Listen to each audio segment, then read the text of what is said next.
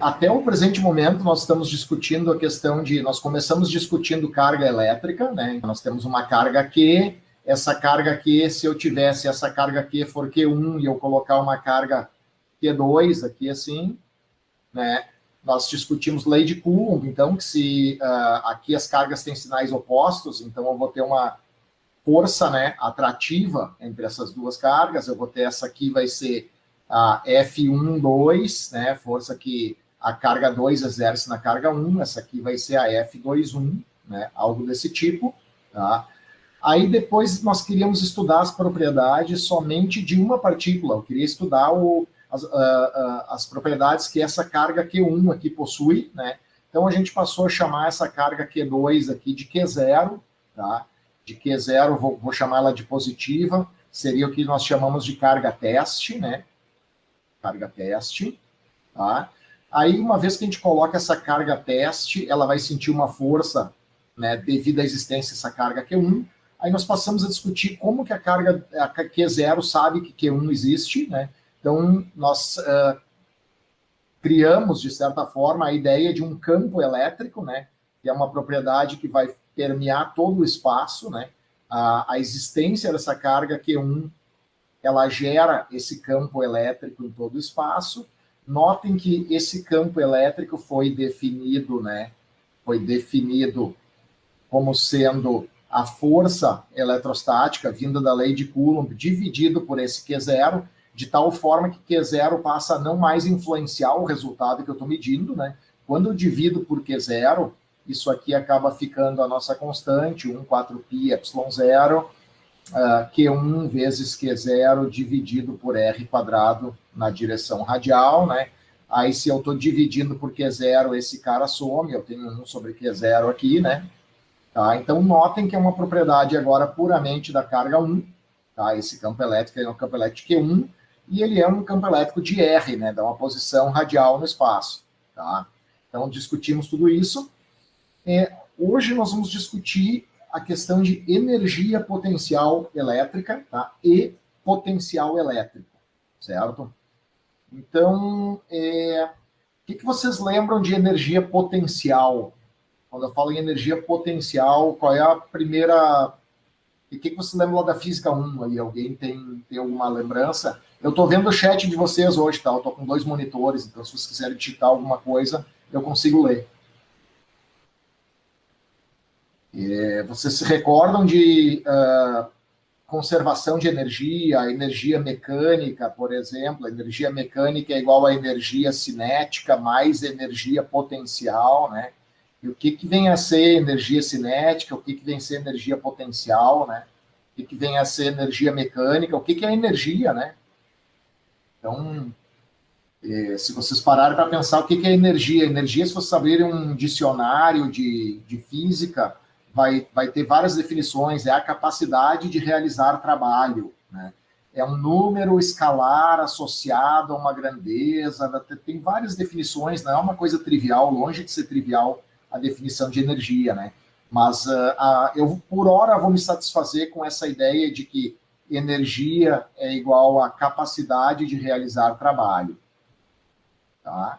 E aí, estamos ainda falando de física 1 agora, eu quero saber quem de vocês lembra o que vem a ser a grandeza física, trabalho. Vocês lembram disso? Alguém lembra como eu calculo o trabalho? O que é o trabalho? Força vezes deslocamento, né?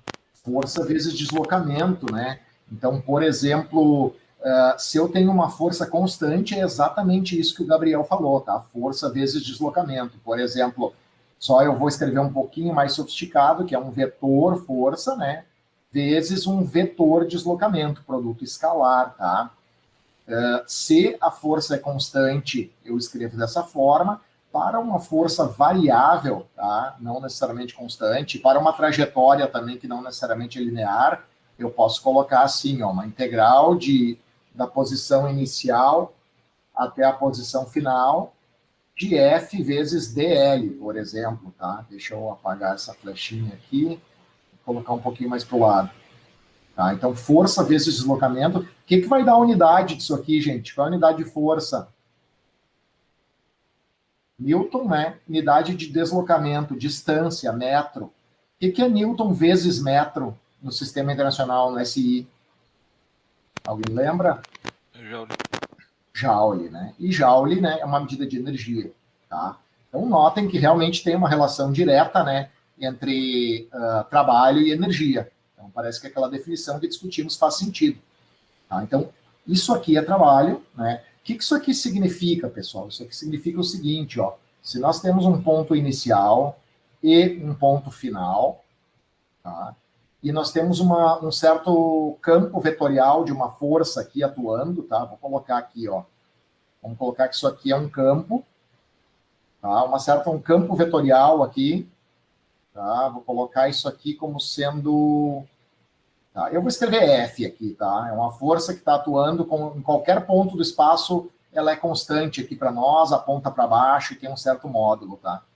Então, dependendo da trajetória que eu fizer, né, vou escolher uma trajetória qualquer aqui, assim, tá? O que essa expressão aqui me diz é o seguinte, né? Como é uma integral, é uma soma, né? Uma soma de algo que vai acontecer ao longo de toda a trajetória. Então, em cada ponto dessa trajetória, né, nós vamos fazer esse produto escalar, F escalar dl, lembrando que isso aqui é módulo de F, módulo de dl, cosseno de θ, onde cosseno de θ é o ângulo entre os vetores F e dl, né? E o que é esse vetor dl? Ele é um vetor de deslocamento, então ele sempre vai ser tangente ao deslocamento. Vamos supor que eu estou indo de I para F, então nesse ponto, se eu traçar uma tangente a esse ponto, esse cara aqui, por exemplo, vai ser o meu dl, tá?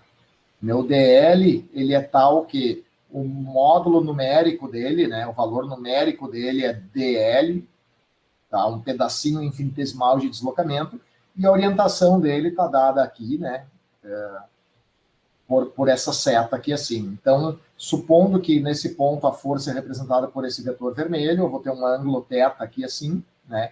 Então, neste ponto aqui assim, eu vou ter esse meu módulo de F, módulo de L vezes cosseno de θ. Então, nós vamos fazer isso, né, ao longo de toda a trajetória.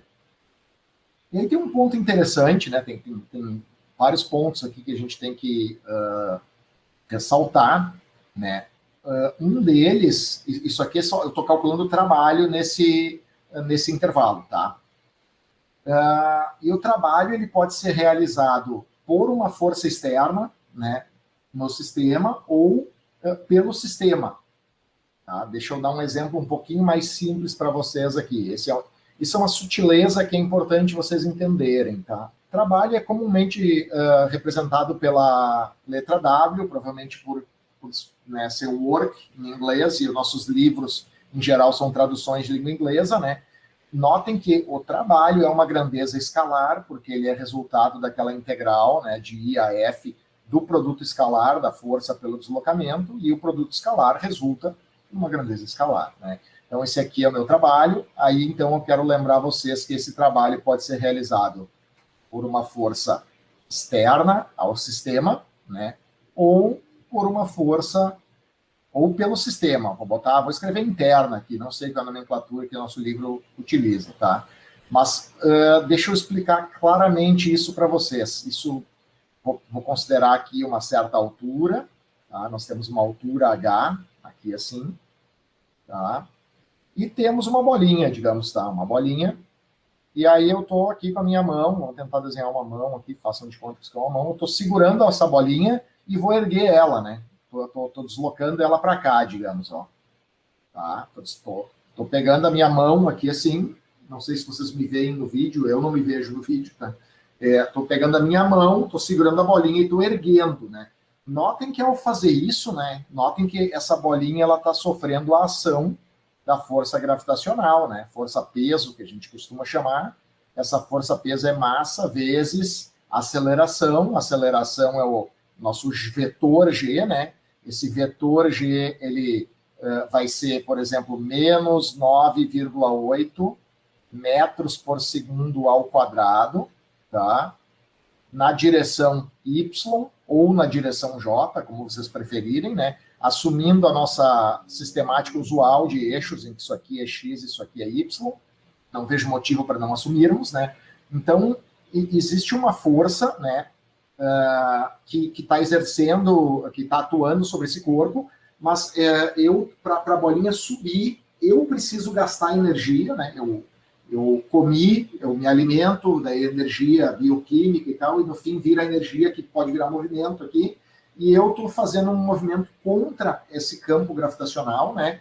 E de tal forma, então, que eu estou, né, executando um trabalho no sistema, então é uma força externa, né? Eu estou remando contra o campo gravitacional, digamos assim, tá?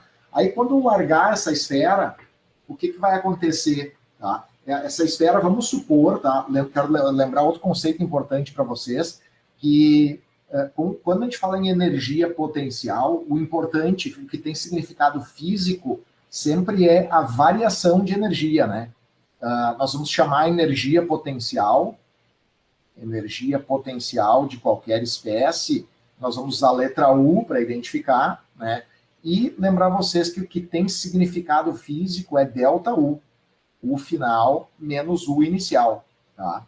Eu posso escolher o valor que eu quiser para a energia num certo ponto, eu defino o meu referencial, tá? Eu posso, por exemplo, assumir que nesta altura que a minha mão está, tá? Nessa altura que a mão está, eu posso simplesmente dizer que isso aqui é o zero. Eu vou pegar aqui assim, tá? Em H igual a zero, em Y igual a zero, eu vou dizer que a minha energia potencial é igual a zero, por exemplo, tá? Então vamos supor que eu comecei a erguer ela aqui do chão, desse Y igual a zero, né? E aí, quando eu estou erguendo essa bolinha, tá? De certa forma, eu estou dando energia potencial gravitacional para ela, né? Ela está subindo. Se vocês fizerem esse cálculo aqui para a força gravitacional, tá? Se vocês fizerem esse cálculo para a força gravitacional, a variação, um parênteses aqui importante, tá? Um parênteses importante, que é a relação entre trabalho, tá? Trabalho e energia potencial. Trabalho é igual a menos a variação da energia potencial, tá? Isso aqui era um dos teoremas que se via na Física 1, mas basicamente aqui o que está dizendo é o seguinte, que eu executo um trabalho que vai ser menos a variação. Deixa eu mostrar aqui para vocês, por exemplo, ao erguer essa bolinha, tá? Se vocês fizerem essa conta com a força gravitacional, vocês vão ter que ΔU, vou chamar de UG, vai ser igual a MGH, né? MG delta H, por exemplo. Vai ser MG Y final menos Y inicial, né? Então, neste caso aqui, o meu Y inicial era zero, vamos botar MG, era, sei lá, vamos dizer 1 metro, né? Menos 0 metros aqui, assim, tá? Então, eu vou ter MG aqui e uma unidade apropriada para isso aqui, que vai ser Joule, tá? Então, a minha variação de energia potencial, né, ela é dada por esse MGH aqui, por exemplo, né? Quando eu ergo essa bolinha, tá? Quando eu estou erguendo essa bolinha, o trabalho no sistema, o trabalho é negativo, porque ele está sendo realizado por uma força externa, tá? Aí, quando eu solto essa bolinha, vocês podem pensar que eu estou armazenando, eu gastei energia para erguer a bolinha, tá? Vocês podem pensar que essa energia que eu gastei está ficando armazenada no campo gravitacional sob forma de energia potencial gravitacional. Quando eu soltar a bolinha, esse campo devolve essa energia, né, convertendo ela em energia cinética. E vocês lembram dessas discussões da Física 1? Assim, mesmo que sem ser profundamente detalhado, isso aí traz alguma memória para vocês à tona dessas discussões? No geral, nós vamos estabelecer... ótimo, né? No geral, nós vamos definir uma energia potencial em campos que sejam conservativos, tá? Campo conservativo é justamente esse campo que armazena essa energia e depois devolve ela na forma de energia cinética, tá? Por exemplo, energia potencial gravitacional, por exemplo, energia potencial elástica, aquele famoso sistema massa-mola, né? Vocês têm aqui assim, vocês têm uma mola, vocês têm uma massa presa nessa mola. Vocês esticam a mola, para esticar a mola, vocês executam uma força, né? Aí quando vocês soltam, vocês executam uma força e gastam uma energia, né? Vocês executam um trabalho, aplicam uma força e executam um trabalho. Esse trabalho, ele está dando energia potencial para o sistema massa-mola. Quando vocês soltam, ele vai começar a oscilar, por exemplo, né?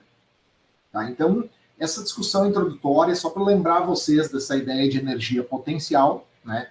E assim como a gente definiu uma energia potencial gravitacional, assim como nós definimos uma energia potencial elástica, tá? Nós vamos também definir uma energia potencial elétrica, tá? Que é justamente o que a gente vai fazer agora. Tá? Então, vocês pensem o seguinte, ó, vamos pegar duas cargas, tá? Duas cargas positivas, vou pegar aqui Q1, tá? E vou pegar Q2. Q2, tá? Vamos supor que Q2 esteja inicialmente nessa posição que eu vou chamar aqui de I, e eu quero deslocar ela, tá? Eu quero deslocar essa Q2 para essa posição aqui, ó. Que seria a minha posição final, digamos. Tá? E aí eu pergunto para vocês o seguinte, essa carga aqui, ela está fixa no espaço, ela não se mexe, tá? Né? Ela não sai da posição. Tudo vai acontecer, né? Isso é um problema 1D, nós temos aqui uma linha de atuação aqui que une essas cargas, né? Tá? Então, nós vamos chamar essa primeira distância aqui assim, ó. Esta distância aqui assim, nós vamos chamar de... vou chamar de RI, e essa distância aqui eu vou chamar de RF. Tá? RI e RF. Então, visualizem a situação, tá? Imaginem que essa carga, ela só pode... é um problema 1D, então ela só pode se mover nessa linha. Tá? Ela só pode se mover nessa linha, isso aqui é o eixo R, digamos. Tá? E eu quero mover ela da posição inicial para a posição final. Então, notem que as duas cargas são positivas, então sobre elas atuam forças, né? E essas forças são repulsivas. Essa carga está fixa, não vai se mover, e eu vou analisar a força que está atuando sobre essa carga que a gente vai mover, tá? Então, vou desenhar aqui assim, ó. Essa força aqui assim, vai ser a F21, que é a força que a carga 1 exerce sobre a carga 2, né? E agora eu quero que vocês me ajudem a calcular o trabalho aqui, né? O trabalho que eu tenho que executar, né? Para mover essa carga aqui da posição inicial para a posição final. Em primeiro lugar, esse trabalho é executado pelo sistema ou por uma força externa?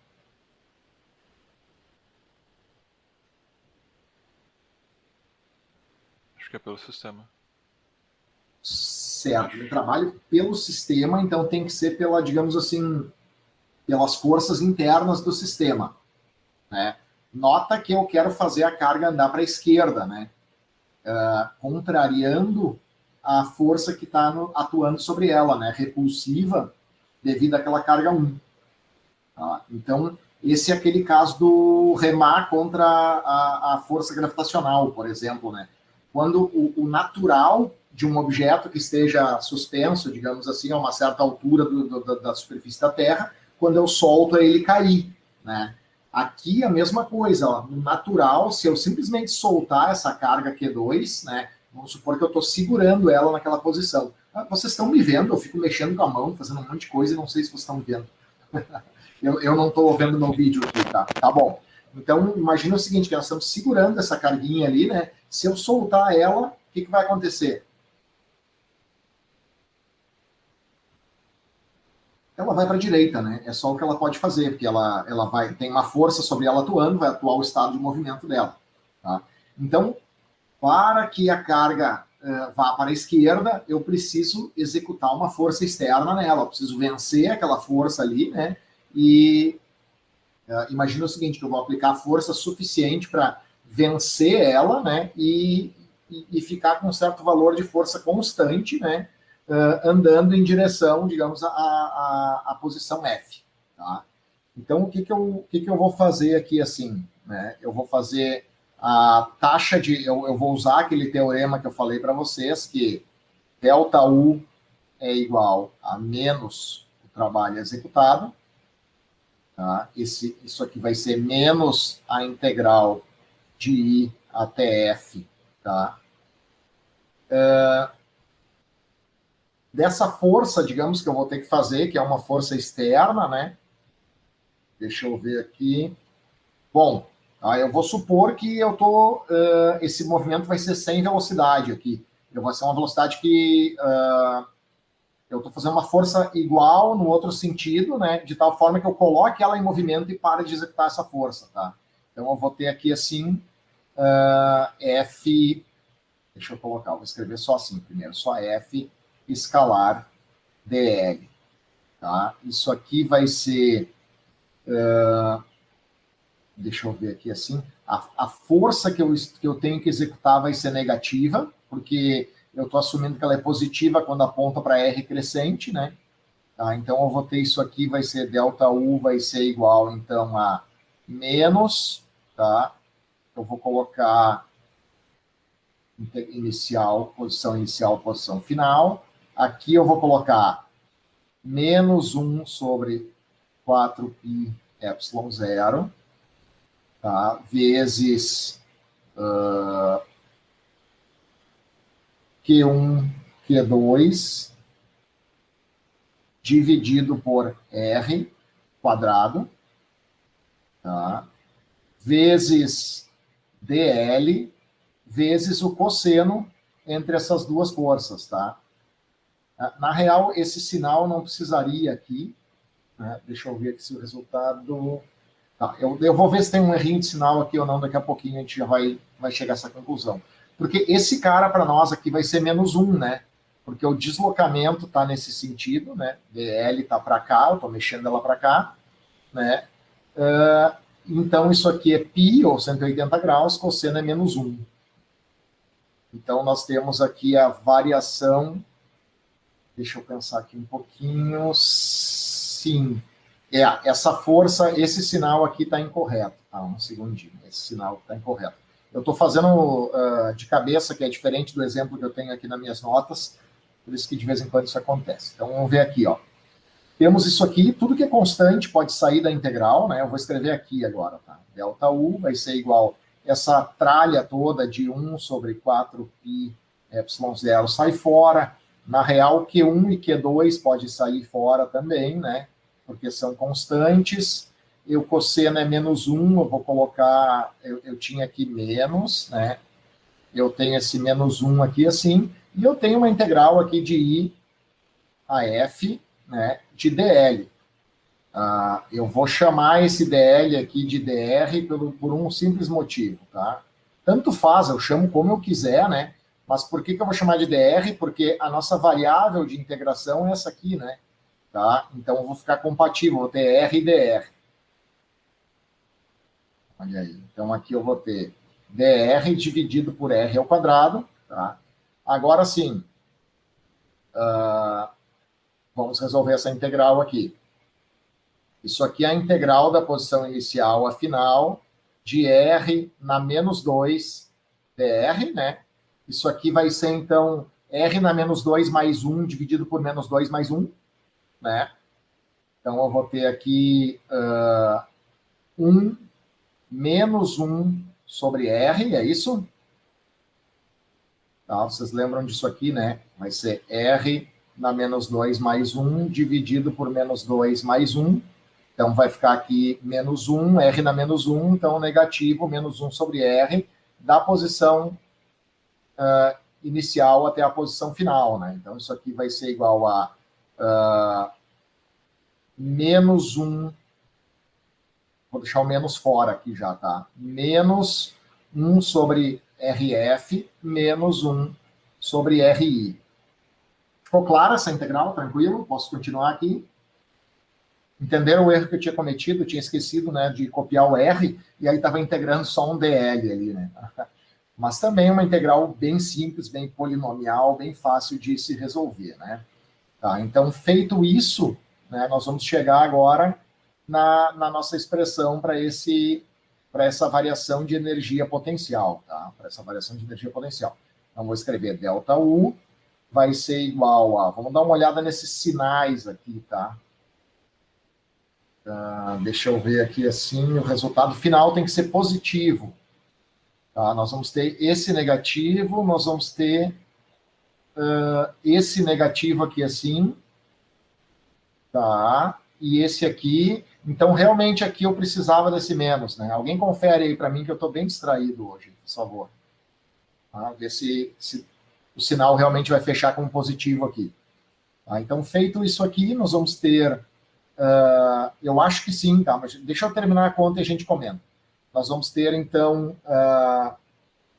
deixa eu escrever a nossa constante eletrostática isolada, da maneira que a gente sempre escreve, 4πε0, né? Q1, Q2, tá? Q1, Q2, vezes, eu acho que é essa tralha aqui assim, vezes 1 sobre RF, menos 1 sobre RI.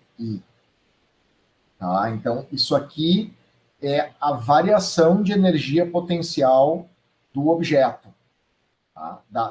da carguinha. Tá?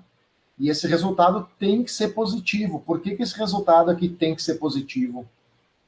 Porque a carguinha ganhou energia potencial, né? Quando eu soltar ela, essa energia, à medida que eu vou aproximando ela à medida que eu vou aproximando ela de Q1, né? Essa força, notem que ela vai inclusive aumentando, né? Não é uma força constante.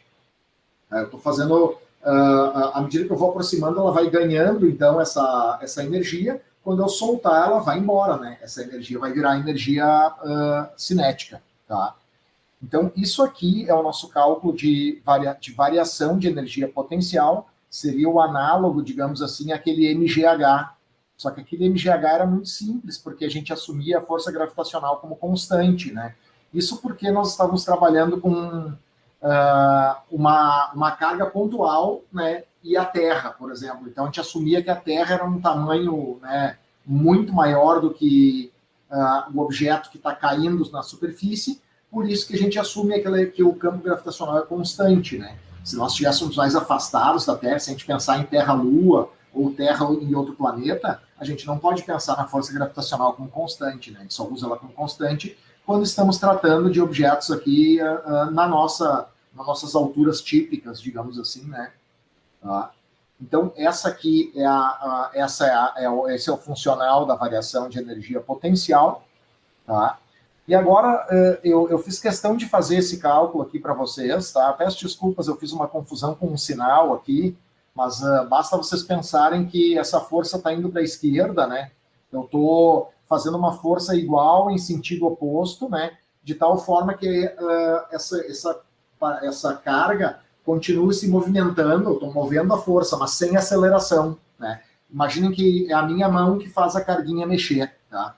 E eu estou mexendo essa carguinha sem aceleração. Para não ter aceleração, a força resultante tem que ser nula, tá? Para que a força resultante seja nula, eu tenho que exercer uma força de mesmo módulo que é F2,1, porém sentido oposto. Então, isso justifica o sinal que eu inicialmente apaguei e depois coloquei de volta, tá? Espero que tenha ficado claro para vocês.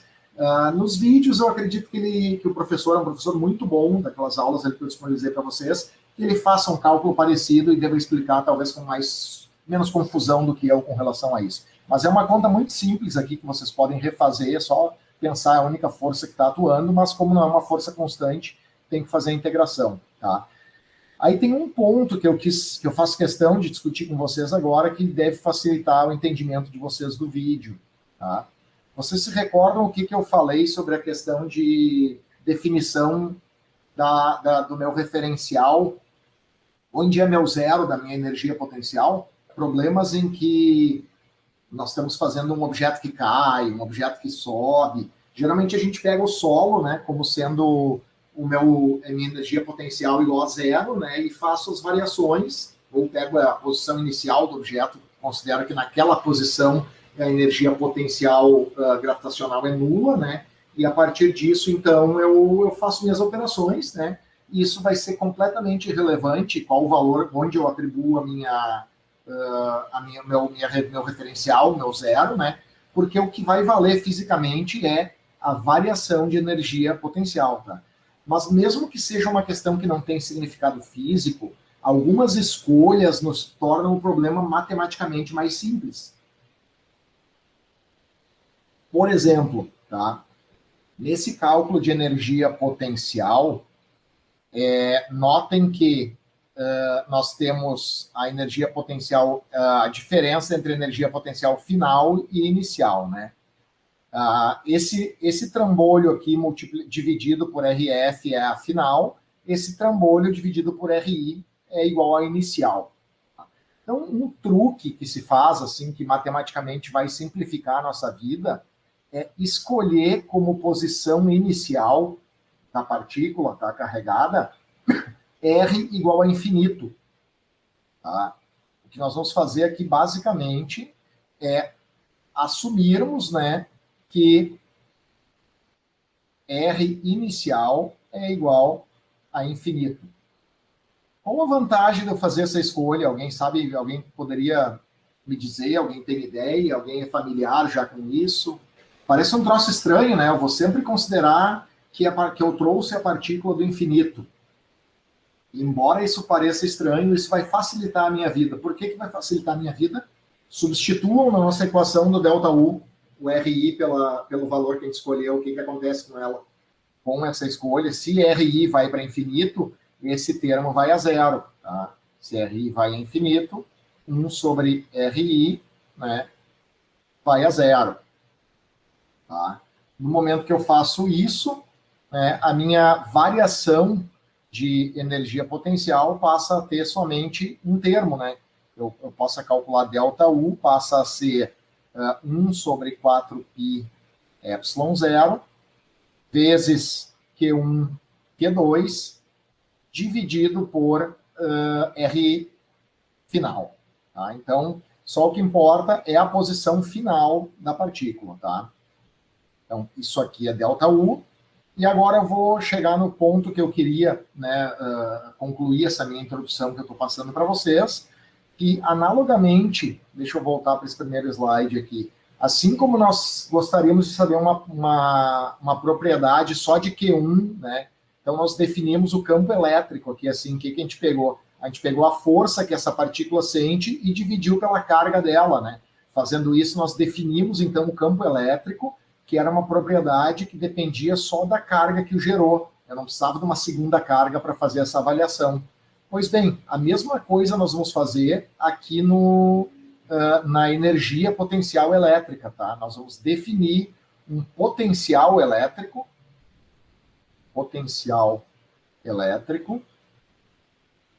tá? E esse potencial elétrico, nós vamos chamar ele de V, ele vai ser definido como sendo U dividido por Q0, por exemplo, tá? Que no nosso caso aqui, eu vou escrever Q2, tá? Mas seria a nossa carga teste, digamos, esse Q2 aqui, tá? Então, fazendo isso, né, nós teríamos que V, né, V passaria a ser 1 sobre 4π epsilon zero vezes Q1 dividido por R, tá? Nota que, dada uma certa posição do espaço, tá?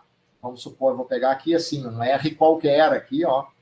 Nesse R, tá? Eu posso calcular V de R, que seria o potencial elétrico gerado por essa carga Q1 nessa posição do espaço. Então, notem que existe uma similaridade muito grande, tá?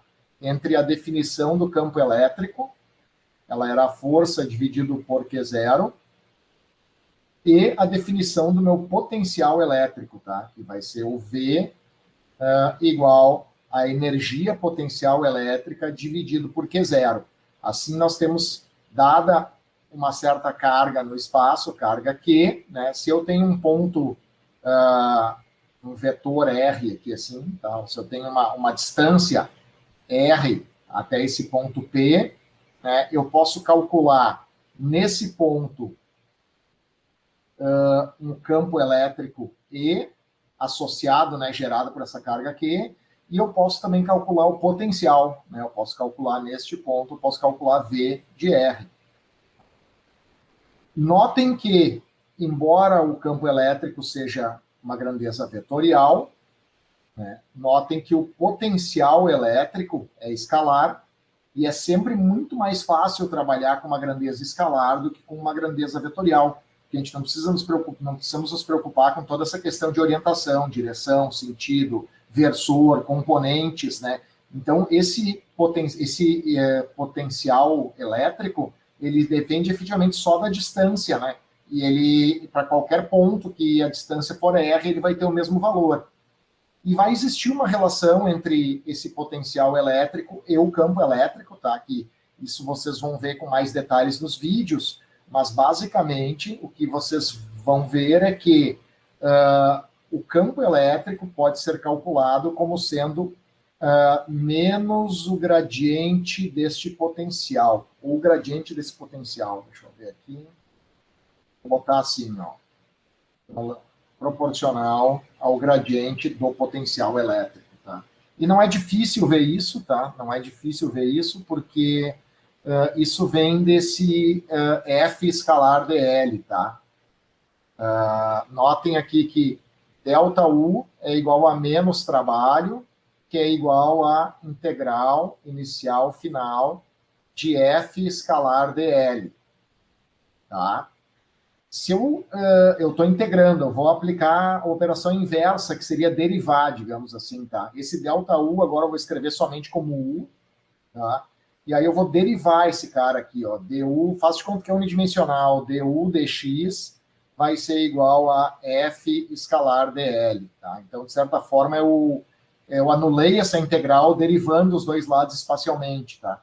Isso aqui em uma dimensão, é o nosso gradiente, né? Então, vai ter uma relação aqui em que a força vai ser igual a... Aqui tem um sinal negativo, né? Tá? Então, a força vai ser menos o gradiente do potencial, uma coisa desse tipo, tá? Isso aqui vai ser feito em detalhes nos vídeos ali para vocês, tá? Mas o caminho basicamente é esse, tem que só tomar cuidado com alguns detalhes. E como a força é proporcional ao campo elétrico, né? E como, se eu dividir esse cara por Q0 e esse cara por Q0... força por Q0 é campo elétrico, né? Menos gradiente do potencial elétrico.